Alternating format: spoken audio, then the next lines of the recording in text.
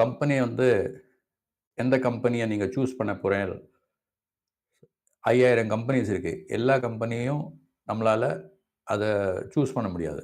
Small cap, mid cap, large cap, அப்படி பல companies இருக்குது. லார்ஜ் கேப்பில் உங்களுக்கு ரிட்டர்ன் கம்மியாக வரும். மிட் கேப்பில் ரிட்டர்ன் கொஞ்சம் ஜாஸ்தியாக வரும். ஸ்மால் கேப்பில் நிறைய வரும். இப்போ நம்ம ஒரு சிம்பிள் எக்ஸாம்பிள் எடுத்துருந்தோம்னா தங்க மயில். தங்க மயில் வந்து ஒரு ஸ்மால் கேப்னு சொல்லலாம். ஏன்னா 10,000 கோடி ரூபா மார்க்கெட் கேப்புக்கு கீழே உள்ள கம்பெனி. அங்கே உங்களுக்கு ஈஸியாக ரிட்டர்ன் வரும். ஏன் வரும்? 10,000 ரூபா உள்ள கம்பெனி 20,000 கோடி ரூபா ஆகிறது ஈஸி. அதே ஐடிசியில் ரிட்டர்ன் வராது. ஏன் வராது? 5 லட்சம் ரூபா உள்ள கம்பெனி, 5 லட்சம் கோடி ரூபா மார்க்கெட் கேப் உள்ள கம்பெனி 10 லட்சம் ஆகிறதுக்கு எவ்வளோ பைசா வேண்டி இருக்கு? நிறைய பணம் தேவை. ஸோ இங்கே அதனால அது ரொம்ப ஸ்லோவாக தான் போகும். அது ஐடிசி என்னது? Large cap. இப்போ இதில் என்னது லார்ஜ் கேப்னா என்ன அர்த்தம்? இவ்வளோ பணம் இருக்கிறதுனால, நிறைய பார்ட்டிசிபென்ட்ஸ் இருக்கிறதுனால, அதில் நிறைய உங்களுக்கு கீழே விழுந்தாலும் ஒரு 20%, 30% விழும், அவ்வளோதான். ஆனால் ஸ்மால் கேப்பில் என்னன்னா வேகமாக விழும். அது கிட்டத்தட்ட 90% கூட கீழே போயிடலாம். அதுக்கப்புறம் நம்ம டுபாக்கூர் ஒரு ப்ரொமோட்டர்லாம் இருக்கா, அதெல்லாம் பெரிய இஷ்யூஸ். இது முதல்ல அதிகம் கண்டுபிடிக்கணும். ஃபஸ்ட்டு இதான் அதிகம். பின்ன நம்ம வந்து என்ன செய்யணும்னா, நம்ம முதலீடு வந்து 1 வருஷத்துக்கா, 1 மாதத்துக்கா, இல்லை ஒரு வீக்குக்கா, இதை அதிகம் டிசைட் பண்ணணும். இதை டிசைட் பண்ணிட்டு நம்ம வந்து அதை ஈக்விட்டி ரிசர்ச் பண்ணலாம். இப்போ வந்து நான் வந்து பண்ணுறது வந்து ஒன் இயருக்கு, அதாவது 2026க்கு. 2026க்கு நம்ம வந்து எல்லாம் பார்க்குறது எல்லாமே 2026க்கு தான். அது கோல்டு ஆனாலும் சரி, எல்லாம் கம்பெனி ஆனாலும் சரி, எல்லாமே 2026க்கு. ஸோ அப்படி தான் ஃபஸ்ட்டு நம்ம வந்து ஒரு ஈக்விட்டி ரிசர்ச் பண்ணுறதுக்குன்னா, இது ஒரு பெரிய சப்ஜெக்ட். இது ஒரு 2 மினிட்ல சொல்ல முடியாது. ஆனால் இது ஆத்தியம் பேஸ் பண்ணானா நமக்கு மேலே அதை பண்ணலாம். தேங்க்யூ. நிஃப்டி பற்றி ஒரு தகவல் சொல்கிறதுக்கு இருக்குது. நிஃப்டி வந்து 24,459 போகிறதுக்கு நிறைய சான்சஸ் இருக்குது. அதுக்கப்புறம் அது கீழே போய் 23,900 வரை போகிறதுக்கு நிறைய சான்சஸ் இருக்குது. ஏன் அப்படி போகிறதுன்னு கேட்டோன்னா, இப்போ பாருங்கள், இந்த இயர் க்ளோஸ் ஆகிருக்கு 26,129. ஹை போட்டிருக்கு 26,325. லோ போட்டிருக்கு 21,743. எப்படி பார்த்தாலும் உங்களுக்கு ஒரு லோ 23,000 போட்டு தான் ஆகணும். அதனால கீழே போடுது, அவ்வளோதான். அதுக்கு நீங்கள் சொல்லுவீங்க, இந்த மாதிரி அதுக்கு ஏற்றா போல் நியூஸ் வரும். அதுக்கு ஏற்றா போலேயே நியூஸ் வரும். ட்ரம்ப் அதை செய்தான், இதை செய்தான், அதை போட்டான், அங்கே குண்டு போட்டான், இது போட்டான்னு அதுக்கு ஏற்றா போலேயே நியூஸ் வரும். நியூஸ்னால் என்ன அர்த்தம்? போனது எது கடந்து போயிடுதோ, கடந்த காலத்தை பற்றி சொல்கிறது தான் நியூஸு. வரப்போறதை பற்றி சொல்கிறது தான் ரிசர்ச். இதுதான் பேசிக் டிஃப்ரென்ஸ்.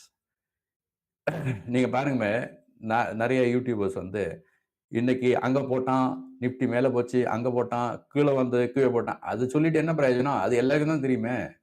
போடுறதுக்கு முன்னால் சொல்லுப்பா, அதுதானே மெயின். இதைத்தான் நான் சொல்றதுக்கு வரேன்.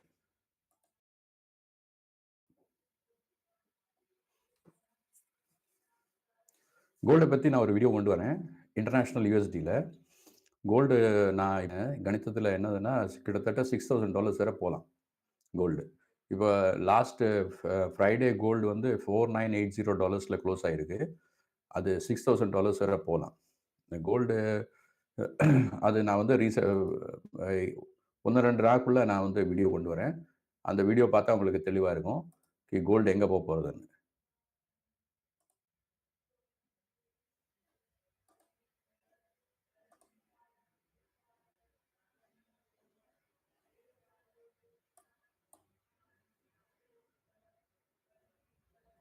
இப்போதைக்கு கோல்டு வந்து $4,992, $5,269 இது போகிறதுக்கு நிறைய சான்சஸ் இருக்குது.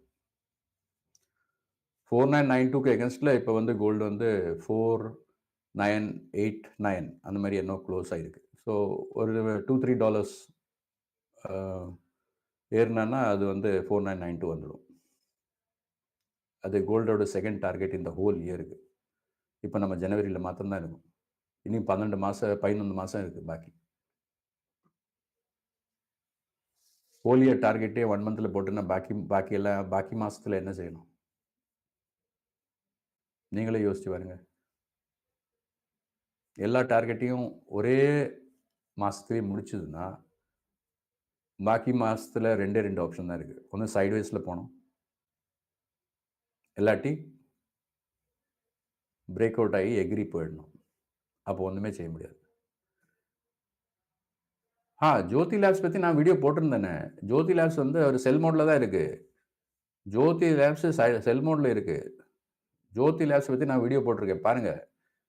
ஜோதி லேப்ஸ் ரொம்ப ஜோதி லேப்ஸ் ரொம்ப ஈஸி. இது அன்னைக்கே வீடியோ போட்டிருக்கேன் நான் ஜோதி லேப்ஸ் பற்றி. என்ன யாரெல்லாம கேட்டா அது மாதிரி ஜோதி லேப்ஸ் 1 செகண்ட்.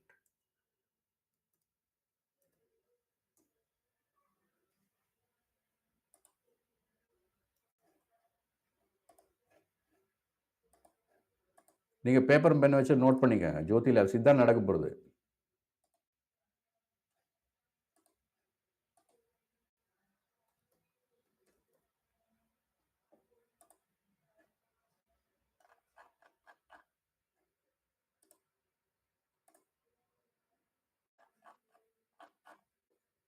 ஜோதி லேப்ஸ் வந்து 249ல இருக்கு இப்போ. ஓகே, ஜோதி லேப்ஸ் 249ல இருக்கு.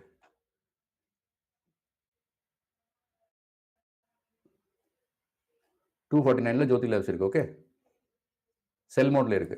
ஓகே, 249. ஓகே, பாருங்க. ஜோதி லேப்ஸ் 243க்கு கீழே 221, 200, 179. 243ல செல் உட்காந்துருக்கு. ஸோ 243ல செல் உட்காந்துருக்கு, 249ல இருக்கு ஜோதி லேப்ஸ். 243ல செல் உட்காந்துருக்கு, 249ல இருக்கு. ரொம்ப கிட்ட 6 ரூபா தான். அது கட் ஆச்சுன்னா செல் ட்ரிகர் ஆகிடும். அது செல் ட்ரிகர். இப்போ நீ செல் ட்ரிகர் வந்து இது வந்து ஹோல் இயருக்கு செல் ட்ரிகர். நீங்கள் வந்து கன்ஃபியூஸ் பண்ணிக்க கூடாது. ஒரு நாளுக்கு செல் ட்ரிகரும் ஒரு மாதத்து செல் ட்ரிகரும் ஒரு 1 வீக் செல் ட்ரிகரும் இதெல்லாம் வச்சு கன்ஃபியூஸ் பண்ணக்கூடாது. நான் சொல்கிறது எல்லாமே 1 இயருக்கு.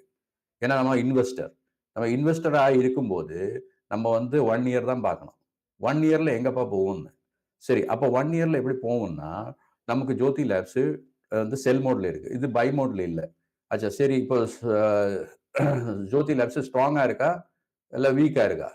அதாவது செல் மோட்லேயும் பல விதம் உண்டு. வீக் செல் மோடு, ஸ்ட்ராங் செல் மோடு, நார்மல் செல் மோடு. இது வந்து வீக், இது ஸ்ட்ராங் செல் மோடில் இருக்குது. ஓகே, ஸோ ஜோதி லேப்ஸ் வந்து செல் மோடில் இருக்குது, இது பையில் இல்லை. இது பையில் வரணுமானா 264க்கு மேலே போனால் தான் பையில் வரும். ஸோ 264க்கு வந்து 2 ஃபிகர் தான். நீங்கள் வந்து பேப்பரில் எழுதி வச்சுக்கலாம். ஹோல் இயருக்கு தான் நடக்கப்படுது. 2 ஃபிகர் தான் ஜோதி லேப்ஸுக்கு. 264, 243. இப்போ 264 கட் ஆச்சுன்னா 243 வேகமாக வரும். அதான் வந்துட்டு இருக்கு. 243 கட் ஆச்சுன்னா செல் ட்ரிகர் ஆகும். சிம்பிள். செல் ட்ரிகர் ஆச்சுன்னா அடுத்த ஃபிகர்ஸ் எல்லாம் நான் சொல்லியிருக்கேன், அது மாதிரி வரதுக்கு சான்சஸ் இருக்கு. 221, 200, 179. இதில் 221 வந்து ரொம்ப இம்பார்ட்டன்ட் ஃபிகர். 221 டச் ஆகலைன்னு வச்சுக்கோ, 222 அடிச்சதுன்னு வச்சுக்கோ, அப்போ ரொம்ப நல்லது. ஏன்னா அப்போ ரிவர்ஸ் அடிச்சுட்டு பை 264 அடிச்சதுன்னா உடனே நம்ம வந்து டார்கெட், இமீடியட் டார்கெட் வந்துட்டு உங்களுக்கு 350. அல்ல, சாரி, 329. ஆனால் 221 அடிச்சிருந்ததுன்னா பின்ன மற்ற செல்லில் எல்லா டார்கெட்டும் வரதுக்கு சான்சஸ் இருக்கு. ஸோ இப்போதைக்கு 243 அண்ட் 264 தான் இதோட தலையெழுத்தை நிர்ணயிக்கிறது ஜோதி லேப்ஸோட. ஜோதி லேப்ஸ் செல் மோடில் இருக்கு. இப்போ கண்டிப்பாக ஒரு இதில் என்ன இருக்குன்னா, இயர்லியில் பார்க்கும்போது அது வந்து உங்களுக்கு 229 அடிக்கிறதுக்கு நிறைய சான்சஸ் இருக்கு. ஓகே, சரி. இப்போ வந்து ஜோதி லேப்ஸில் நம்ம வந்து வாங்கினோம், சிப் மோடில் வாங்கியிருக்கோம், 1-2 வாங்கியிருக்கோம்.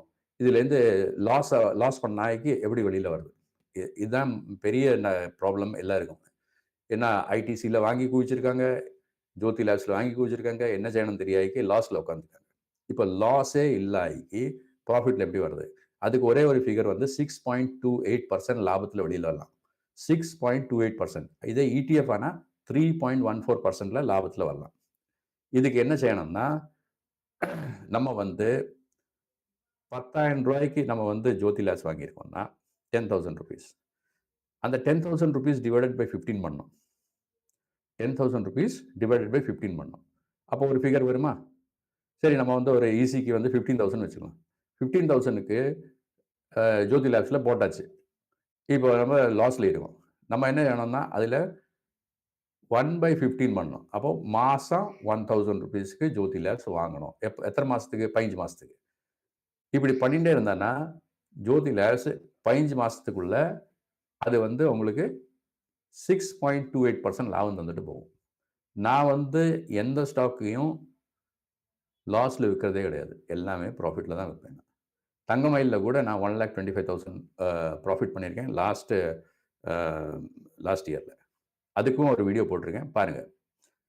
அதில் எல்லா எக்ஸல் ஷீட்டில் எப்படி பண்ணியிருக்கேனோ அதே மாதிரி நீங்களும் உங்களோட ஒரு எக்ஸல் ஷீட்டு வச்சுக்கணும். அந்த எக்ஸல் ஷீட்டில் வச்சுட்டு நீங்கள் வந்து அதுக்கு ஏற்றாப்போல் நீங்கள் வந்து உங்களோட மெயின்டைன் பண்ணணும். அப்போ உங்களுக்கு கிளியர்னா தெரியும், நான் ப்ராஃபிட்டில் இருக்கேனா லாஸில் இருக்கேனா, 6.28% வந்துருத்தா புக் பண்ணிடலாம். அது ஜிடிடி ஆர்டர், ஜெரோதாவில் ஜிடிடி ஆர்டர் போட்டு, ஜெரோதாலையோ வேறு ஏதாவது ப்ரோக்கர்லையோ இருந்தாலும் ஜிடிடி ஆர்டர், அதாவது அந்த ஃபிகர் முன்னாலேயே தெரிஞ்சு போச்சு இல்லை, அப்போ அந்த ஃபிகரில் ஆர்டர் போட்டு வச்சுவிட வேண்டியது. அது ப்ரைஸ் வரும்போது கட் ஆகிட்டு போயிடும். எல்லாருக்கும் நம்ம ப்ரைஸை பார்த்து ரியாக்ட் பண்ண முடியாது.